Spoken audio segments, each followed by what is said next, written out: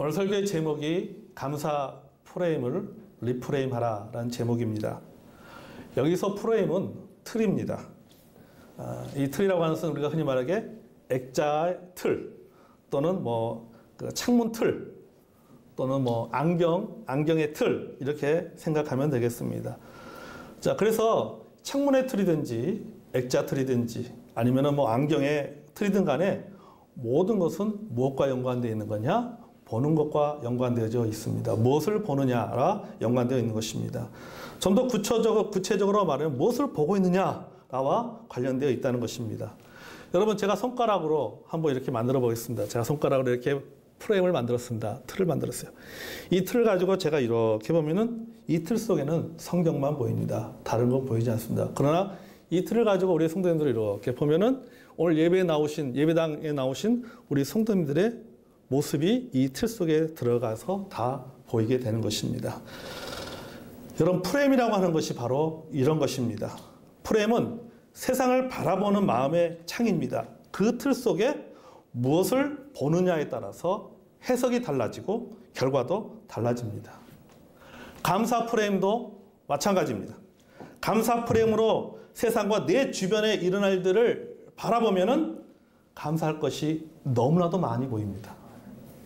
그런데 불평의 프레임을 가지고 세상을 바라보면은 불평할 것만 보입니다. 왜냐하면 그 프레임 속에 무엇을 집어넣느냐에 따라서 그 들어가 있는 내용을 가지고 해석하고 판단하기 때문인 것입니다. 그래서 감사 프레임을 가지고 세상을 바라보면은 감사할 것이 넘쳐나고 반대로 불평의 프레임을 가지고 세상을 바라보면은 불평할 것이 넘쳐날 수밖에 없는 것입니다. 감사 프레임은 없는 것보다 있는 것을 먼저 봅니다. 약점보다 강점을 먼저 봅니다. 특별한 것보다 평범한 것을 먼저 봅니다. 서운한 것보다 고마운 것을 먼저 봅니다. 어떤 결과를 맺게 됩니까? 없는 것보다 있는 것을 보게 되고 특별한 것보다 평범한 것을 보게 되고 그리고 약점보다 강점을 먼저 보게 되면 그러면 어떻게 돼요? 하나님 감사합니다. 이 말이 나올 수밖에 없죠. 하나님 감사합니다. 마음속에 감사가 넘칩니다. 그럼 내 삶은 어떤 삶이 되는 거예요? 행복한 삶이 됩니다. 아멘. 그래서 여러분, 우리가 어떤 프레임을 가지고 살아가냐가 중요한 것입니다. 오늘 본문인 하박국서를 통해서 우리가 이 교훈을 배우기를 원합니다. 여러분, 하박국서는요 3장으로 구성된 아주 짧은 성경입니다. 그러나 그 내용을 1장부터 여러분 3장까지 쭉 읽어보면 알겠지만은 그 내용은 너무나도 현실적입니다.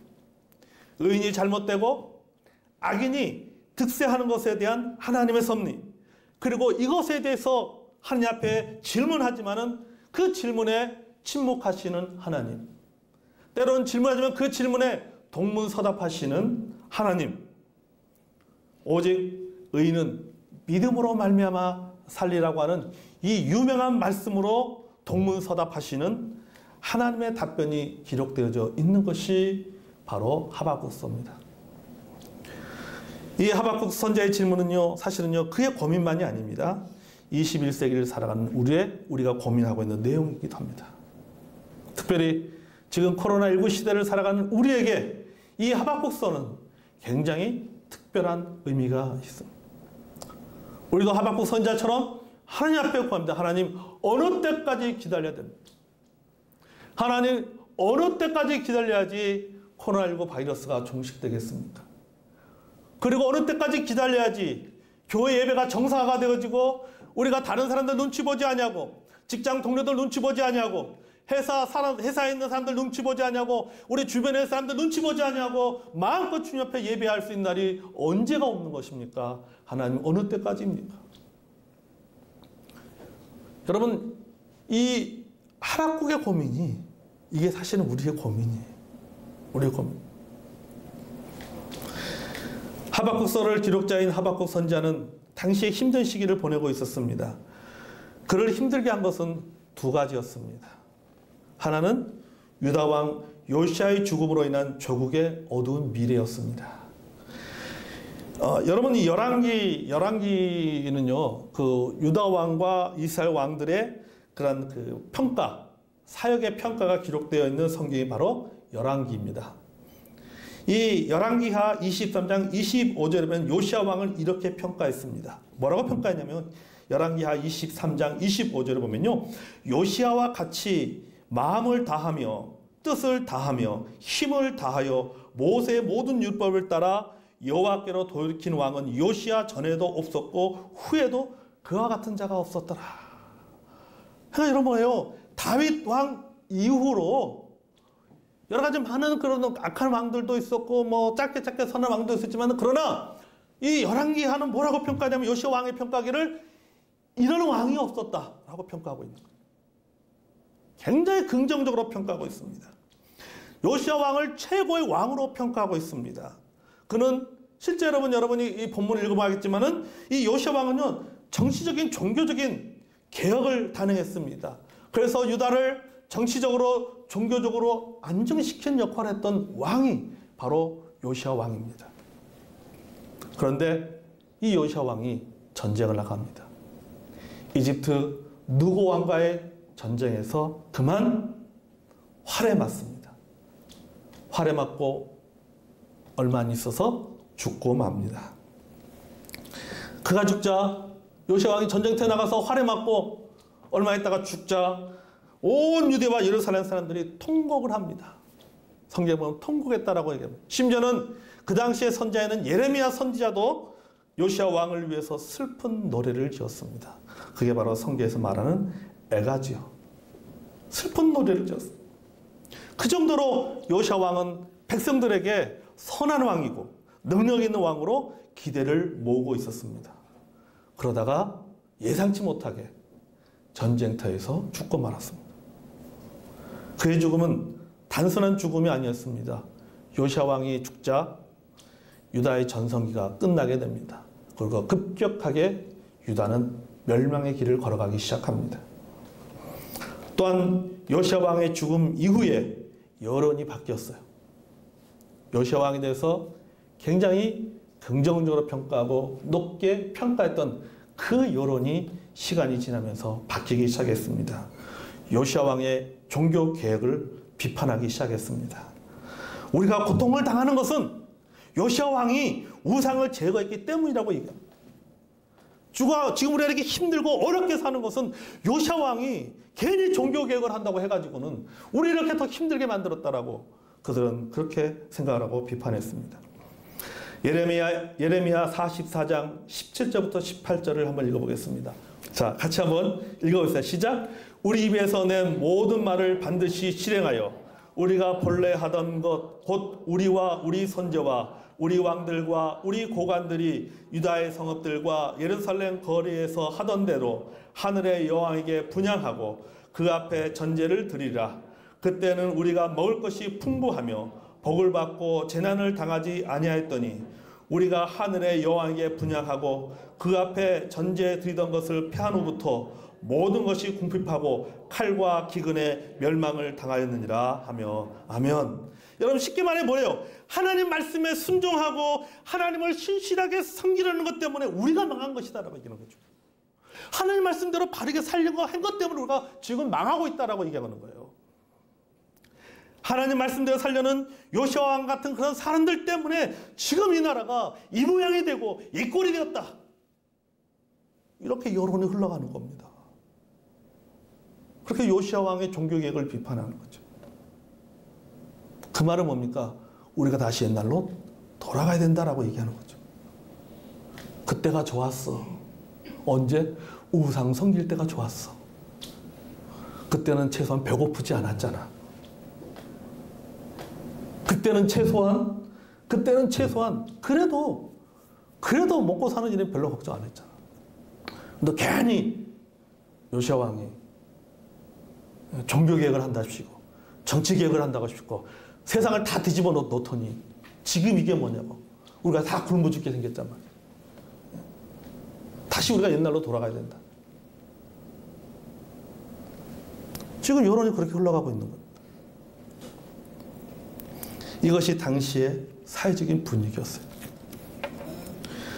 여러분 지금 우리가 느끼고 있는 분위기와 유사하지 않습니까?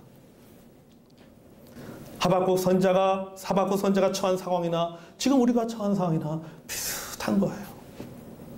여론이 흘러가는 것이 비슷하다는 거죠. 하박국 선지자가 감정적으로 겪고 있는 어려움이 요시야 왕의 죽음과 그로 인한 백성들의 여론이었습니다. 또 한 가지는 앞으로 겪게 될 어려움이었습니다. 그것은 바로 악독한 바벨론으로 인한 조국 유다의 멸망입니다. 아주 악독한 이 바벨론이 중동의 강대국이 되면서 주변국을 하나씩 하나씩 정복해 나가면서 영토를 넓히고 있었습니다. 유다와 예루살렘도 얼마 남지 않았습니다. 유다의 멸망, 그리고 예루살렘 멸망도 얼마 남지 않았습니다. 하나님이 이미 말씀하셨어요. 여러 선지자를 통해서 이미 말씀하셨고 하박국 선지자에도 이야기한 것입니다. 그래서 하박국 선지자가 말하는 것이죠. 하나님, 어떻게 우리가 아무리 잘못했다 할지라도 어떻게 우리보다 더 악한 바벨론을 들어 사용하셔서 하나님의 이 나라, 하나님의 백성인 이 유다와 예루살렘을 멸망하려고 하시나이까? 도저히 그걸 이해할 수가 없습니다. 라고 하박국이 질문하잖아요. 그게 하박국서예요. 이런 상황을 보고 하박국이 하나님께 질문합니다. 요시야 같은 의인이 왜 원수의 칼에 죽어야만 합니까? 요시야 왕의 부흥의 대가가 고난입니까?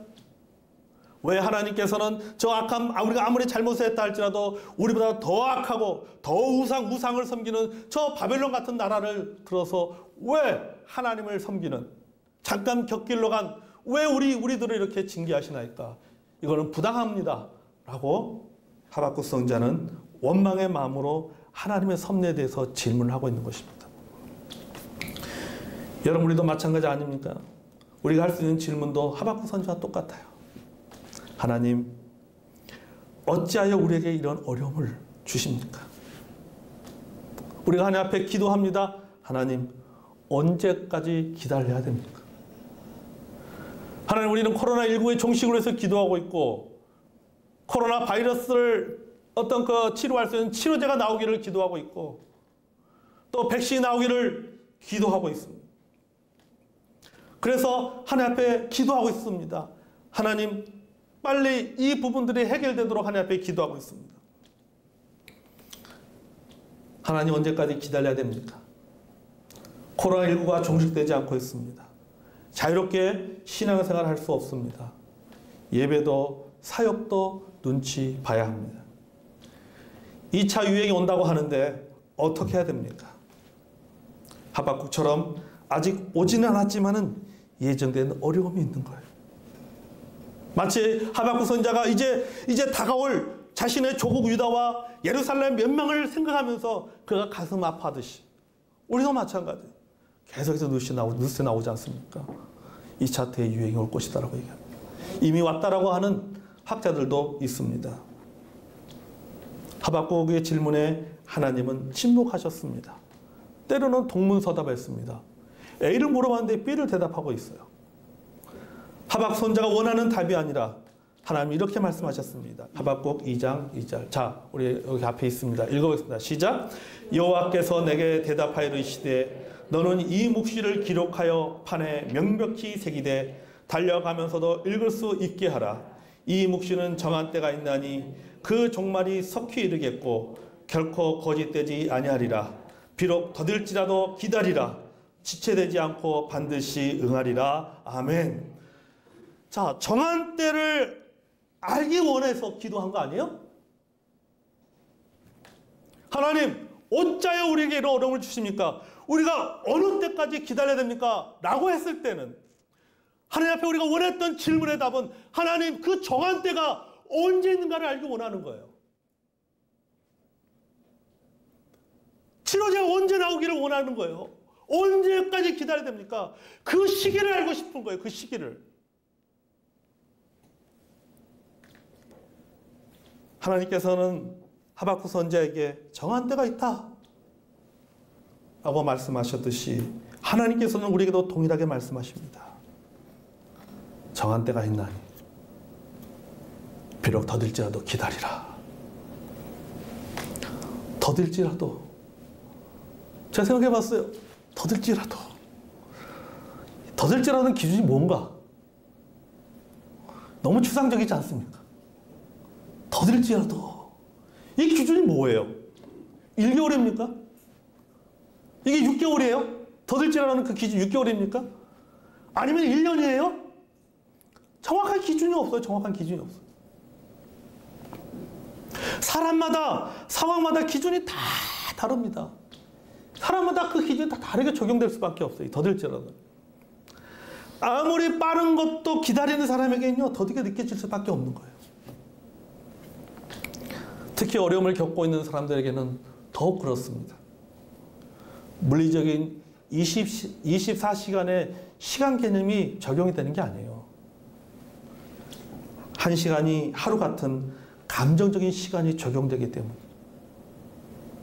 그래서 더디게 가는 것으로 느껴질 수밖에 없어요. 왜냐하면 24시간으로 적용되는 것이 아니라 감정적인 시간의 개념으로 적용이 되기 때문에 더 힘들고 더 어려울 수밖에 없는 거죠. 본문에 기다리라는 말이 있습니다. 비록 더디더라도 기다리라. 히브리어로 짜빠라는 단어입니다. 짜빠. 이는 그저 막연한 기다림이 아닙니다. 기대와 소망을 가지고 하나님을 바라보면서 모든 것을 참고 살펴보는 것. 와치라는 개념입니다. 살펴보는 거예요. 기다리면서 소망을 가지고 살펴보는 거.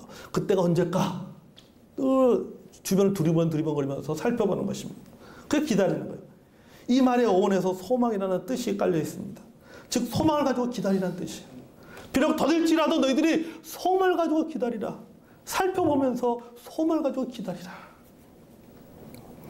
하박국처럼 오늘도 우리는 고난을 당하고 있습니다. 내일 일어날 고난도 있습니다. 마치 고난 때문에 지금 우리가 고통을 겪고 있고 앞으로도 고통을 겪게 될 것입니다. 우리는 하나님의 치유를 소망하고 있습니다. 하나님께서 치유와 회복에 대한 소망을 베푸실 것을 그 치유를 베푸실 것을 우리는 소망하면서 기다리고 있습니다. 하지만 그 소망이 이루어질 날이 안타깝게는 오늘이 아니에요. 그게 오늘이 아니에요. 비록 더딜지라도 기다리라는 것은 뭡니까? 오늘 이루어진다는 게 아니에요. 뭐래요? 최소한 내일이라는 거예요. 최소한 내일이라는 거예요. 내일입니다. 마치 유다가 멸망당하고 70년이 지난 후에 하나님께서 유다와 이스라엘과 예루살렘에 치유의 은혜를 베푸시고 회복의 은혜를 베푸신 것처럼 70년이 지난 다음에 회복시킨 것처럼 하나님은 이 땅을, 이 나라를 회복시켜 주실 것입니다. 코로나19를 극복할 수 있도록 해주실 것입니다. 하지만 그런 기적 같은 일은 오늘 일어나지 않습니다. 이스라엘의 회복이 70년 후에 일어났듯이 코로나19가 종식되어지고 치료제가 나오고 백신이 나오는 것이 오늘 이루어지는 것이 아니다라는 거죠. 아직도 많은 시간이 흘러가야 되는 거예요. 오늘이 아니라 내일입니다. 그렇지만 지금 우리에게 필요한 것은 오늘이에요. 지금 내게 필요한 것은 오늘을 살아가는 은혜가 필요한 거예요. 지금 내게 필요한 것은 오늘의 하나님의 치유하심이 필요한 거예요.